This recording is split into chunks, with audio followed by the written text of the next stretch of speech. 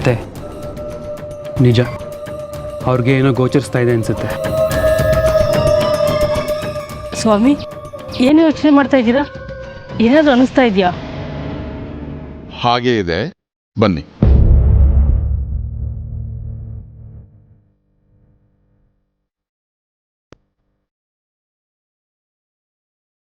ಸ್ವಾಮಿಗಳೇ, ನಡಿ. ಬನ್ನಿ.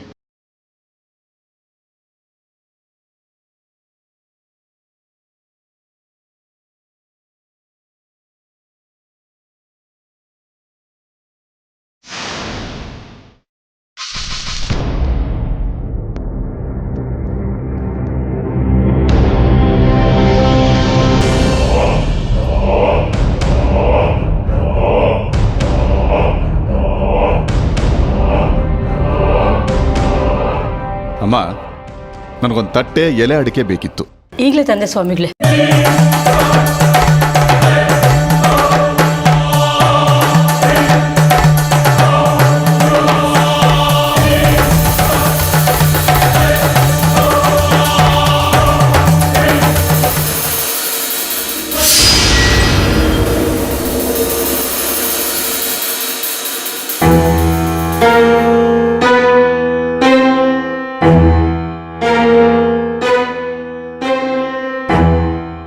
ಸ್ವಾಮಿಗಳೇ, ಈ ದಾರ ನೀವು ಅನ್ಕೊಂಡ ಹಾಗೆ ಇವು ಸಾಮಾನ್ಯ ದಾರಗಳಲ್ಲ.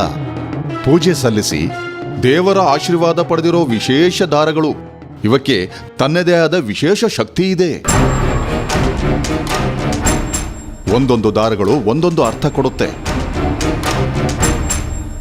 ಈ ಮನೆ ಪರಿಸ್ಥಿತಿ, ಮನುಷ್ಯರ ನಡವಳಿಕೆಯ ಆಧಾರದ ಮೇಲೆ ಅವರು ನಿಮಗೆ ಮುಂದೆ ಒಳ್ಳೇದು ಮಾಡ್ತಾರೋ ಇಲ್ವೋ ಅನ್ನೋದನ್ನ ತಿಳ್ಕೊಳ್ಬಹುದು. ಈಗ ನಿಮಗೆ ಬಂದಿರೋ ತೊಂದರೆ ಪ್ರಕಾರ ಯಾರು ಪೂಜೆ ಮಾಡಿದ್ರೆ ಒಳ್ಳೇದು ಅನ್ನೋ ತಾನೆ. ಈ ದಾರಗಳು ಸಮಸ್ಯೆಗೆ ಪರಿಹಾರ ಸೂಚಿಸುತ್ತೆ. ಪರಿಹಾರ ಸೂಚಿಸುತ್ತಾ? ಅದೇ ಸ್ವಾಮಿ. ನೋಡಿ, ಈ ಒಂದೊಂದು ಬಣ್ಣಕ್ಕೂ ಒಂದೊಂದು ವಿಶೇಷ ಇದೆ. ಯಾರು ಪೂಜೆ ಮಾಡಿದ್ರೆ ಒಳ್ಳೇದು ಅನ್ನೋದು ಅವರವರ ಮನಸ್ಥಿತಿ, ಅವರ ನಡವಳಿಕೆ, ಅವರ ಒಳ್ಳೆಯ ಗುಣದ ಆಧಾರದ ಮೇಲೆ ನಿರ್ಧರಿಸಬಹುದು. ಈ ದಾರಗಳು ಇಲ್ಲೇ ಇರಲಿ. ನೀವು ಹೇಳಿದಾಗೆ ಬೆಳ್ಳಿ, ಮಾಯ, ಈ ಮನೇಲಿ ಯಾರ್ಯಾರು ಹೆಣ್ಮಕ್ಳಿದ್ದಾರೆ ಅವ್ರನ್ನೆಲ್ಲ ಕರ್ಕೊಂಡು ಬನ್ನಿ. ಈ ದಾರಗಳನ್ನ ಅವರಿಂದ ತೆಗೆಸೋಣ. ಈ ಪೂಜೆಗೆ ಯಾರು ಸೂಕ್ತ ಅನ್ನೋದು ನಿಮ್ಮ ಮುಂದೆನೆ ನಿರ್ಧಾರ ಆಗುತ್ತೆ. ಸರಿ ಸ್ವಾಮಿ. ಒಂದು ವೇಳೆ ಮಾಯ ಬಿಳಿ ದಾರ ತಗೊಂಡ್ರೆ ಅವಳ ಮನಸ್ಥಿತಿ ಸರಿ ಇಲ್ಲ, ಈ ಪೂಜೆಗೆ ಯೋಗ್ಯಳಲ್ಲ ಅನ್ನೋದು ನಿಮ್ಮ ಮುಂದೆನೆ ಸಾಬೀತಾಗತ್ತೆ. ಇನ್ನ ಉಳಿದ ದಾರಗಳಿವೆ. ಅವರು ಯಾವ್ದನ್ನು ತಗೋತಾರೋ, ಶಾಸ್ತ್ರ ನಡೆಸಬೇಕೋ ಬೇಡವೋ ಅನ್ನೋದನ್ನ ನಿರ್ಧಾರ ಮಾಡಬಹುದು. ಮಾಯಾ ಹಳದಿ ಬಣ್ಣದ ದಾರ ತಗೊಂಡ್ರೆ ನಿಮ್ಮ ಮಗನ ಭವಿಷ್ಯ ಚೆನ್ನಾಗಿರುತ್ತೆ. ಈ ಪೂಜೆಯಿಂದ ಮದುವೆಗೆ ಯಾವುದೇ ಅಡ್ಡಿ ಆತಂಕ ಇರೋದಿಲ್ಲ. ನಾನು ಹೇಳಿದ್ದು ಅರ್ಥ ಆಗಿದೆ ಅನ್ಕೋತೀನಿ. ಅರ್ಥ ಆಗಿದೆ ಸ್ವಾಮಿಗಳೇ. ನಾನು ಈಗಲೇ ಎಲ್ಲರನ್ನೂ ಕರ್ಕೊಂಡ್ಬರ್ತೀನಿ. ರೂಪಾ, ಬೆಳ್ಳಿ, ಶರ್ಮಿಳಾ, ಎಲ್ಲಿದ್ದೀರಾ ಎಲ್ಲ? ರೂಪಾ. ಏನಮ್ಮ? ಒಂದು ನಿಮಿಷ. ಮಾಯಾ, ನಿನ್ನ ಹತ್ರ ಒಂದು ವಿಷಯ ಹೇಳಬೇಕಿತ್ತು. ಏನು ಹೇಳಿ? ನಾನು ಬೆಳಗ್ಗೆ ದೇವಸ್ಥಾನಕ್ಕೆ ಹೋದಾಗ ಅಲ್ಲಿ ಸಾಧುಗಳು ಸಿಕ್ಕಿದ್ರು. ಮನೆ ಹೆಣ್ಮಕ್ಳಿಗೆಲ್ಲ ಒಳ್ಳೇದಾಗಲಿ ಅಂತ ಕೇಳ್ಕೊಂಡೆ. ಅದಕ್ಕೆ ಅವರು ಮನೆಗೆ ಬಂದು ಆಶೀರ್ವಾದ ಮಾಡ್ತೀನಿ ಅಂದರು. ಮನೆ ಕರ್ಕೊಂಡ್ಬಂದಿದ್ದೀನಿ. ಈ ಟೈಮಲ್ಲಿ ಸಾಧುಗಳ? ಹೌದು. ಗೌತಮ್ ಮತ್ತು ಐಶು ಮದುವೆ ನಿಶ್ಚಯ ಆಗಿದೆ. ಜೊತೆಗೆ ನಿನ್ನ ಮದುವೆನೂ ನಿಶ್ಚಯ ಆಗೋ ಥರ ಇದೆ. ಅವರ ಆಶೀರ್ವಾದ ತಗೊಂಡ್ರೆ ಎಲ್ಲ ಶುಭ ಕಾರ್ಯಗಳು ಯಾವುದೇ ತೊಂದರೆ ಇಲ್ಲದೆ ನಡೆಯುತ್ತೆ ಅನ್ನೋ ನನ್ನ ನಂಬಿಕೆ. ಪಾದ ಪೂಜೆ ಏನಾದರೂ ಮಾಡಬೇಕಾ? ಬೇಡ ಬೇಡ. ಅವರು ದೇವಸ್ಥಾನದಿಂದ ದಾರ ತಂದಿದ್ದಾರೆ. ಅದು ನಿಮಗೆಲ್ಲ ಕೊಡಬೇಕಂತೆ, ಅದಕ್ಕೆ ಕರೀತಿದ್ದಾರೆ. ಬೀಗರಿದ್ದಿದ್ರೆ ಅವ್ರಿಗೂ ಒಂದು ಮಾತು ಹೇಳ್ಬೋದಿತ್ತು. ಅತ್ತೆ ಕೆಲಸದ ಮೇಲೆ ಹೊರಗೆ ಹೋಗಿದ್ದಾರೆ. ಸರಿ, ಹಾಗಾದ್ರೆ ನೀವೆಲ್ಲ ಬನ್ನಿ.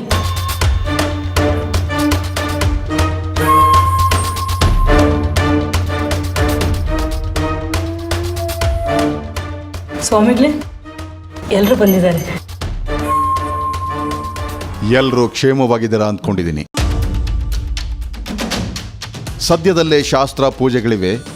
ನೀವು ಬಂದು ಎಲ್ಲರನ್ನೂ ಆಶೀರ್ವಾದ ಮಾಡಿ ಅಂದ್ರು, ಅದಕ್ಕೆ ಬಂದಿದ್ದೀನಿ.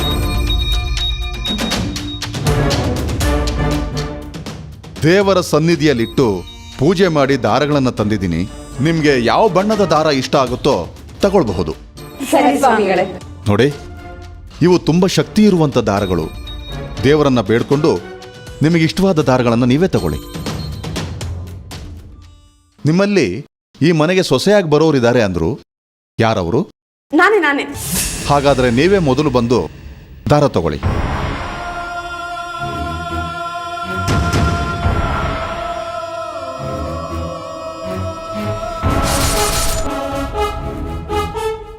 ಗೊತ್ತಾಯ್ತಾ? ಯಾವತ್ತು ಮೊದಲನೇ ಮರ್ಯಾದೆ ಈ ಮಾಯಂಗೆ ಸಿಗೋದು. ಇಲ್ಲಿ ಅಂತ ಅಲ್ಲ, ಎಲ್ಲೇ ಹೋದ್ರೂ ಮೊದಲು ನಾನು, ಆಮೇಲೆ ನೀನು. ನಾನೇನು ಹೇಳಲೇ ಇಲ್ಲ. ಆದರೂ ನೀವು ಯಾಕೆ ಇಷ್ಟೊಂದು ಹೊಗಳ್ಕೊಳ್ತಿದ್ದೀರಾ ಗೊತ್ತಾಗ್ತಿಲ್ಲ. ಮುತ್ತು ಮಾವನ್ ಮದ್ವೆ ಆಗ್ತೀನಲ್ಲ, ಆಗ ಯಾಕೆ ಹೀಗೆ ಆಡ್ತಿದ್ದೆ ಅಂತ ನಿನಗೆ ಗೊತ್ತಾಗುತ್ತೆ.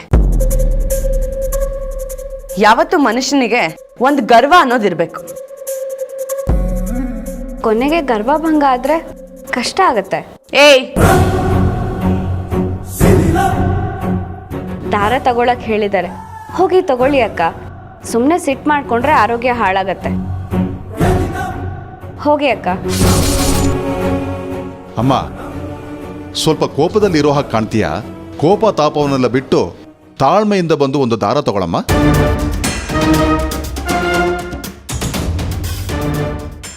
ಕಣ್ಣು ಮುಚ್ಕೊಳಮ್ಮ. ಈಗ ನಿನಗೆ ಇಷ್ಟವಾದ ದಾರವನ್ನು ತಗೋ.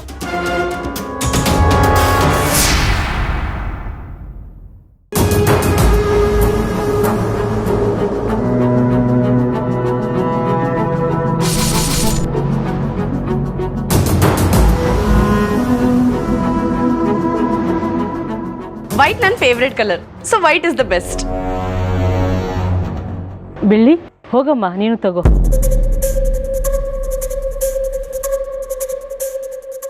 ಕಣ್ಣು ಮುಚ್ಕೊಳಮ್ಮ.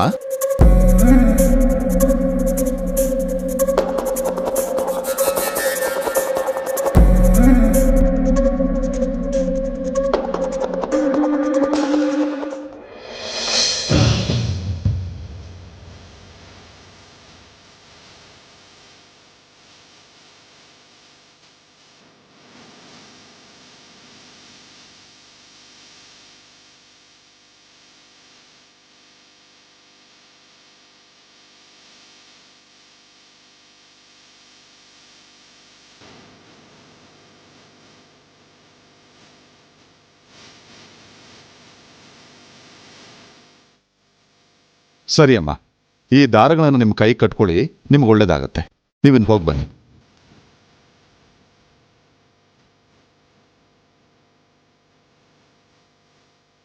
ಸ್ವಾಮಿ, ನೋಡಿ, ನೀವು ಊಹೆ ಮಾಡಿದ್ದು ಸರಿಯಾಗಿದೆ. ಮಾಯಾ ಬೆಳ್ಳಿ ಇಬ್ಬರಲ್ಲಿ ನೀವು ಆಯ್ಕೆ ಮಾಡಿದ್ದು ಬೆಳ್ಳಿನ. ಮಾಯಾ ನಿಮ್ಮ ಸೊಸೆಗೆ ಶಾಸ್ತ್ರ ಮಾಡೋದ್ರಿಂದ ಅವರ ಜೀವನ ಚೆನ್ನಾಗಿರೋಲ್ಲ.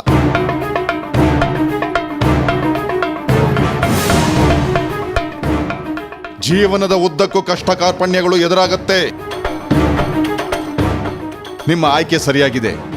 ಬೆಳ್ಳಿ ಹಳದಿ ಬಣ್ಣದ ದಾರವನ್ನು ತಗೊಂಡಿದ್ದಾಳೆ. ನಿಮ್ಮ ಸೊಸೆಗೆ ಬೆಳ್ಳಿಯಿಂದನೇ ಶಾಸ್ತ್ರ ಮಾಡಿಸಬಹುದು. ಸಂತೋಷ ಆಯಿತು ಸ್ವಾಮಿ. ನಾನು ಈ ವಿಷಯನ ಬೀಗ್ರ ಹತ್ರ ಮಾತಾಡ್ತೀನಿ. ಅವ್ರೇನು ಹೇಳ್ತಾರೋ ಕೇಳಿ ನಿಮಗೆ ತಿಳಿಸ್ತೀನಿ. ದಾರಿ ಕಷ್ಟ ಇದ್ದರೆ ನೀವೇ ಪರಿಹಾರ ಹೇಳಬೇಕು. ದೇವರಿದ್ದಾನೆ, ಯೋಚನೆ ಮಾಡಬೇಡಿ, ಆರಾಮಾಗಿ ಹೋಗಿ ಬನ್ನಿ.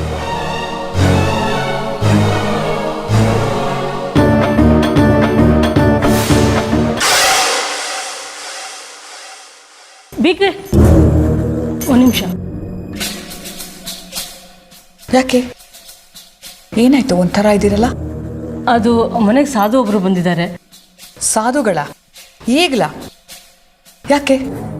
ಕನ್ಯಾಶಾಸ್ತ್ರ ಮಾಯ ಮಾಡ್ತಾಳೆ ಅಂತ ಹೇಳಿದ್ರಿ, ಆದರೆ ಯಾಕೋ ನನ್ನ ಮನಸ್ಸಿಗೆ ಸರಿ ಬರಲಿಲ್ಲ. ಈ ವಿಷಯ ಪದೇ ಪದೇ ಕಾಡ್ತಾ ಇತ್ತು. ಅವರು ಮಾಯಾ ಬೆಳ್ಳಿ ನೋಡಿ ತೀರ್ಮಾನ ಮಾಡ್ತೀನಿ ಅಂತ ಹೇಳಿದ್ದಾರೆ. ಸಾಧುಗಳು ಏನು ಹೇಳ್ತಾರೆ, ಶಾಸ್ತ್ರಕ್ಕೆ ಯಾರು ಸರಿಯಾದವರು ಅಂತ ತಿಳ್ಕೊಳ್ಳೋದಕ್ಕೆ ಸಾಧುಗಳನ್ನ ಮನೆ ಕರೆಸಿದ್ದೆ. ಆಮೇಲೆ ಈ ದಾರಗಳು ಸಮಸ್ಯೆಗೆ ಪರಿಹಾರ ಸೂಚಿಸುತ್ತೆ. ಈ ದಾರಗಳನ್ನ ಅವರಿಂದ ತೆಗೆಸೋಣ. ಈ ಪೂಜೆಗೆ ಯಾರು ಸೂಕ್ತ ಅನ್ನೋದು ನಿಮ್ಮ ಮುಂದೆನೇ ನಿರ್ಧಾರ ಆಗುತ್ತೆ. ಅವಳ ಮನಸ್ಥಿತಿ ಸರಿ ಇಲ್ಲ, ಈ ಪೂಜೆಗೆ ಯೋಗ್ಯಳಲ್ಲ ಅನ್ನೋದು ನಿಮ್ಮ ಮುಂದೆನೇ ಸಾಬೀತಾಗತ್ತೆ.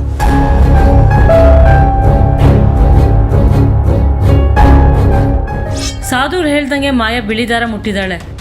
ಇದನ್ನೆಲ್ಲ ನೋಡ್ತಾ ಇದ್ರೆ ಮಾಯನ ಕೈ ಶಾಸ್ತ್ರ ಮಾಡಿಸೋದು ನನಗೆ ಯಾಕೋ ಸರಿ ಕಾಣಿಸ್ತಿಲ್ಲ ಬೀಗ್ರೆ. ಅವತ್ತು ನೀವು ಬೆಳ್ಳಿನೇ ಶಾಸ್ತ್ರ ಮಾಡಬೇಕು ಅಂತ ಹೇಳಿದಾಗ ಮಾಯ ಬಗ್ಗೆ ಇರೋದನ್ನೆಲ್ಲ ನಾನು ವಿವರಿಸಿದ್ದೀನಿ. ಆದರೆ ನಿಮಗೆ ನನ್ನ ನಿರ್ಧಾರ ಹಿಡಿಸ್ಲಿಲ್ಲ. ಅದಕ್ಕೆ ಇವತ್ತು ಸಾಧುಗಳನ್ನ ಕರ್ಕೊಂಬಂದು ಸರಿನೋ ತಪ್ಪು ಅಂತ ಪರೀಕ್ಷೆ ಮಾಡ್ತಿದ್ದೀರಾ, ಹೌದು ತಾನೆ? ನೀವು ಈ ರೀತಿ ಮಾತಾಡ್ತೀರಾ ಅಂತ ನಾನು ಅನ್ಕೊಂಡಿರ್ಲಿಲ್ಲ.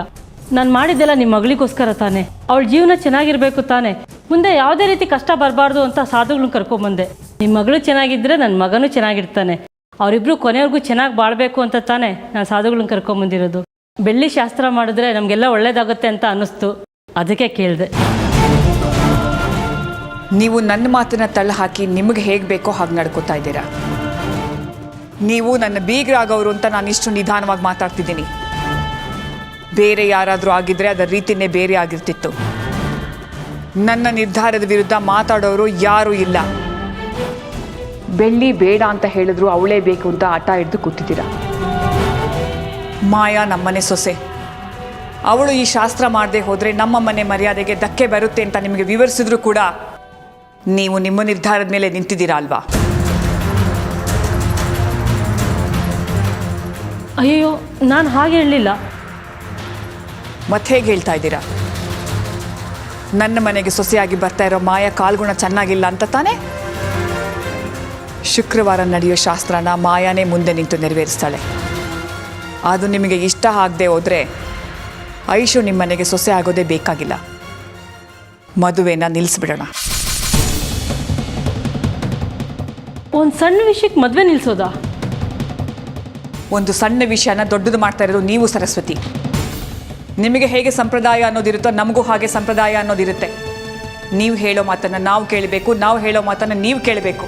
ನನಗೆ ಗೊತ್ತಿಲ್ಲದೆ ಇರೋ ಹಾಗೆ ನಮ್ಮ ಮನೆಗೆ ಸಾಧುಗಳನ್ನ ಕರೆಸಿ ಸರಿ ತಪ್ಪು ತಿಳ್ಕೊಂಡು ನಿರ್ಧಾರನ ನನಗೆ ತಿಳಿಸ್ತೀರಲ್ಲ,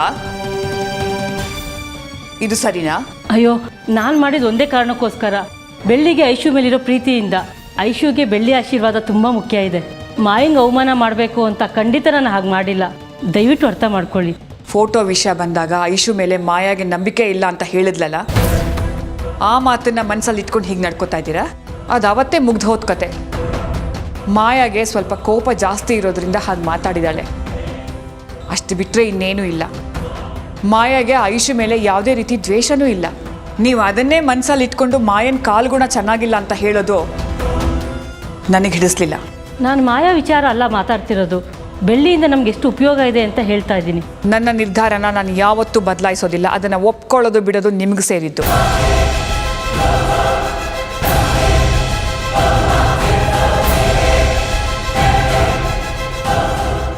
ಅತ್ತೆ, ಏನಾಯ್ತು? ಯಾಕೆ ಒಂಥರ ಇದ್ದೀರಾ? ಮದುವೆ ಮಾಡೋದಾದರೆ ಆ ಮಾಯನೇ ಶಾಸ್ತ್ರ ಮಾಡಬೇಕಂತೆ. ಹೇಗೆ ಕಟ್ಟಿ ತುಂಡಾಗೋಗಿ ಮಾತಾಡಿದ್ರು ಗೊತ್ತಾ ಮೋಹನ್? ಅಲ್ಲ, ನೀವು ಮಾತಾಡ್ದೇನೆ ಹಾಗೆ ಬಂದ್ರಾ? ಗಂಡಿನ ಕಡೆ ನಾವು ಅವರು, ನೀವು ಬನ್ನಿ ನಾವು ಹೋಗಿ ಮಾತಾಡೋಣ. ಬೇಡ ಮೋಹನ್, ಇದು ಗೌತಮ್ ಐಶು ಭವಿಷ್ಯದ ಪ್ರಶ್ನೆ. ನಮ್ಮ ಕೋಪಕ್ಕೆ ಅವ್ರ ಜೀವನ ಬಲಿ ಆಗಬಾರ್ದು. ನನಗೆ ಬೇರೆ ದಾರಿನೇ ತೋರಿಸ್ತಾ ಇಲ್ಲ. ನನ್ನ ಪ್ರಕಾರ ಮಾಯಾ ಈ ಶಾಸ್ತ್ರ ಮಾಡೋದ್ರಿಂದ ದೂರ ಆಗ್ತಾಳೆ.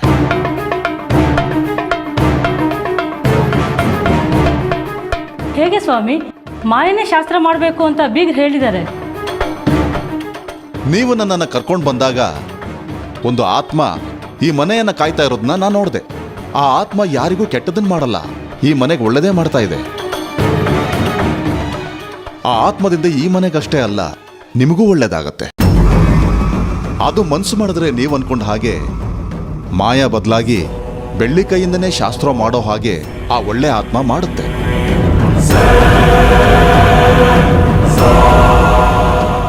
ತುಂಬಾ ಆಶ್ಚರ್ಯ ಅನಿಸ್ತಿದ್ಯಲ್ಲ? ಹೌದು, ಕೆಲವು ಕಾರಣಗಳಿಂದ ಆ ಒಳ್ಳೆ ಆತ್ಮಕ್ಕೆ ಅಡೆತಡೆಗಳು ಬಂದು ದೂರ ಉಳಿದಿದೆ. ಆ ಆತ್ಮಕ್ಕೆ ಕಳೆದು ಹೋಗಿರೋ ಶಕ್ತಿ ತುಂಬಿ ಮತ್ತೆ ಮೊದಲ ಥರ ಮಾಡಬಹುದು. ನೀವು ನಾನು ಹೇಳಿದ ಕೆಲಸವನ್ನ ಮಾಡಿದ್ರೆ ಮಾತ್ರ ನಿಮ್ಮ ಮನಸ್ಸಿನಲ್ಲಿರೋದು ಈಡೇರುತ್ತೆ. ಏನ್ ಮಾಡಬೇಕು ಸ್ವಾಮಿ? ಈ ಮನೆಯಲ್ಲಿ ಚಿಕ್ಕ ವಯಸ್ಸಲ್ಲಿ ತೀರೋ ಹೋಗಿರೋ ಒಂದು ಆತ್ಮಕ್ಕೆ ಶಾಂತಿ ಸಿಕ್ಕಿಲ್ಲ. ಆ ರೀತಿ ಯಾರಿದ್ದಾರೆ ಅನ್ನೋದನ್ನ ವಿಚಾರಿಸಿ ನನಗೆ ತಿಳಿಸ್ಬೇಕು. ಒಂದು ವೇಳೆ ಹಾಗೇನಾದರೂ ಇದ್ರೆ ಈ ಮನೆಯಲ್ಲಿ ಒಂದು ಮೂಲೆಯಲ್ಲಿ ಕಲ್ಲಿಟ್ಟು ಪೂಜೆ ಮಾಡಬೇಕು. ಅಷ್ಟು ಮಾಡಿದ್ರೆ ಸಾಕು, ಆ ಒಳ್ಳೆ ಆತ್ಮ ಮುಂದೆ ನಿಂತು ನಿಮಗೆ ಏನು ಬೇಕಾದರೂ ಮಾಡಿಕೊಡುತ್ತೆ. ಮನೆಯವರಿಗೆ ವಿಚಾರ ತಿಳಿಸಿ, ನಾನು ಬಂದು ಪೂಜೆ ಮಾಡಿಕೊಡ್ತೀನಿ. ನಾವು ಸದ್ಯದಲ್ಲೇ ತಿಳಿಸ್ತೀವಿ ಸ್ವಾಮಿ.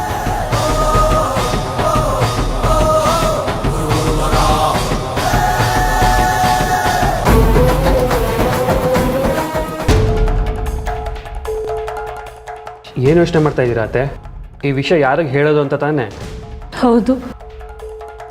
ಈ ವಿಷಯ ತಿಳಿಸೋಕೆ ಒಬ್ರು ಸರಿಯಾದ ವ್ಯಕ್ತಿ ಇದ್ದಾರೆ. ಯಾರು? ಮುತ್ತುರಾಜ್.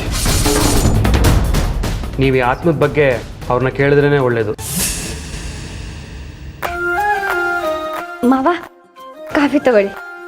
ನಾನೇ ಕೇಳೋಣ ಅಂತಿದ್ದೆ. ಇದೇನ್ ಮಾವ ಇಷ್ಟೊಂದು ಧೂಳಿದೆ? ಮತ್ತು ಇದೇನಮ್ಮ ನೀವಿಲ್ಲಿ? ಹೇಳಿ ಕಳ್ಸಿರ, ನಾನೇ ಬರ್ತಿದ್ದೆ. ಪರವಾಗಿಲ್ಲ, ತೊಂದರೆ ಕೊಡ್ತಾ ಇದ್ದೀವಿ ಅಂತ ಅನ್ಸುತ್ತೆ. ಏನಿಲ್ಲ. ಶುಕ್ರವಾರ ಕನ್ಯಾಶಾಸ್ತ್ರ ಪೂಜೆ ಇದೆಯಲ್ಲ? ಹೌದು. ಬರೀ ಶಾಸ್ತ್ರಕ್ಕಲ್ಲ, ಮದುವೆಗೂ ಕಂಟಕ ಇದೆ ಅಂತ ದೇವಸ್ಥಾನದಲ್ಲಿ ಸಿಕ್ಕಿದ್ರಲ್ಲ, ಆ ಸ್ವಾಮಿಗಳು ಹೇಳಿದ್ರು.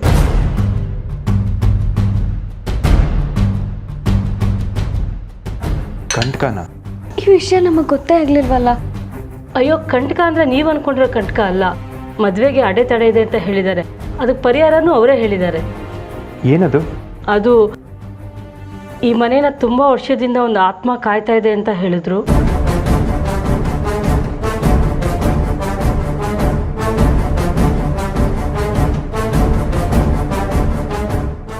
ಆ ಆತ್ಮ ಈ ಮನೆಗೆ ಸೇರಿದ್ದು ಅಂತಲೂ ಹೇಳಿದ್ರು. ಈ ಮನೆಗ? ಹೌದು ಮುತ್ತು, ಈ ಮನೇಲಿ ಚಿಕ್ಕ ವಯಸ್ಸಿಗೆ ತೀರ್ಕೊಂಡಿರೋ ಒಬ್ಬರ ಆತ್ಮ ನಿಮ್ಮನ್ನ ಈ ಮನೇನ ಜೋಪಾನ ಮಾಡ್ತಿದೆ ಅಂತ ಹೇಳಿದ್ದಾರೆ. ಅದು ಅಲ್ಲದೆ ಆಶ್ಚರ್ಯವಾಗಿರೋ ವಿಷಯ ಏನು ಅಂದರೆ, ಆತ್ಮಗಳು ಅಂದರೆ ಬರೀ ಕೆಟ್ಟದ್ದು ಮಾಡೋದೇ ಇರುತ್ತೆ.